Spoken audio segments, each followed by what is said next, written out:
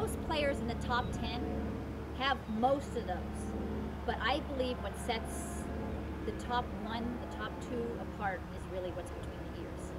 And, you know, I'm the smallest number one that's ever been on the WTA Tour. And I did not have a big serve. But what I did have was a solid mind. And that's really what set me apart from the rest. Now, how do you go about trying to improve that? I do believe that there are some people that are just born with it, where they're able to stay positive in certain situations, in tight situations. But I also believe that it can be developed. I think it's something that you can work on. And study tapes of the champions. Study tapes of Rafael Nadal. Does he ever get negative with himself? No. He's always positive. He's always thinking about the next point. Not the last point, not the last game, not the set point that he blew. He's thinking about the strategy, the opponent that he's playing. What weakness do they have? Do I need to hit high into the backhand of Roger Federer? You know, do I need to hit more slices to Andy Roddick? Whatever it is that strategy is going on, it's something positive and it's something clear. And I think what tends to happen to players that, you know, struggle with that is too many negative thoughts are entering their mind. You know, oh no, what if I double fault? Oh no, you know, what if I lose this game? Well, that's not productive. My mom always said there's only so much room in your mind, so why not fill it with clear thoughts and positive thoughts? You look what the players do at the top between points. As soon as the point's done, very rarely do you see negative emotion. That point's done, it's on the scoreboard, move to the next point. But they use that time in between points. You know, we get taught at the USTA, it's called the 16-second cure. And what do you do with that time? You walk around, you keep your racket in your left hand, not in this hand. You want to relax the right arm if you're right-handed.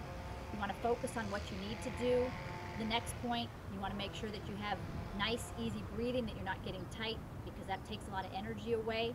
And then you get up to the line and you need to think about what you need to do to construct the next point to try to become a winner.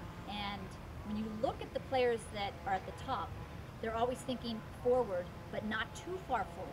You start to think about the finish line, well then you might get too nervous. You think about just the next point. That's the only point that you can control. A great story to emphasize that is when I played Martina Navratilova in the finals of the 1981 US Open. We were following the men's semifinals, and it was John McEnroe and Vitas Gerulaitis. And looked like John McEnroe was going to finish it off, and then Vitas came back and won a set. So I was ready. I had eaten, you know, I had stretched, I had warmed up, I was dressed, I was ready to go. Then they have to play another set. So you're sitting there, you know, the nerves start setting in. And I had been out for about 5 months earlier that year in 1981 with a bad back. So I'm now making a comeback. Martina was in the fittest shape she'd ever been in at that time. I'm going out after a long match, you know, nerves had set in. I go out against Martina and she plays flawless tennis, wins the first set in about 16 minutes. Don't know if it was 16 minutes, but it felt like about 5 minutes, 6-1. Very windy day. So I can either be very negative and say, my gosh, there's now 20,000, we have a bigger stadium, there's 20,000 people watching, and it's national TV and she's absolutely annihilating me, or I can just kind of stay in my bubble here, not think about the crowd, not think about my mom in the stands, my coach in the stands, you know, who's over here, just my bubble and what I can control. What I can control are my thought process and my choices. My choices is that I need to get my passing shots a little bit more precise. I need to keep it deeper to her backhand, because when I'm hitting short, she's hitting that nasty backhand slice and coming into the net, and then I have to try to pass her with the precise passing shots. The more I can keep her at the baseline where I'm comfortable, the better off I am. You know, I need to get more first serves in so that she doesn't attack my second serve, and again, she's at the net. The most important thing that happened was that I stayed positive with the win. Terrible elements, and I was losing. It's really silly when you look back at the match. Martina would miss a forehand volley because of the win, and she'd start to get mad, and she'd start to be demonstrative and upset at the win, and upset at the crowd, upset at the calls, and she's winning. Thank goodness.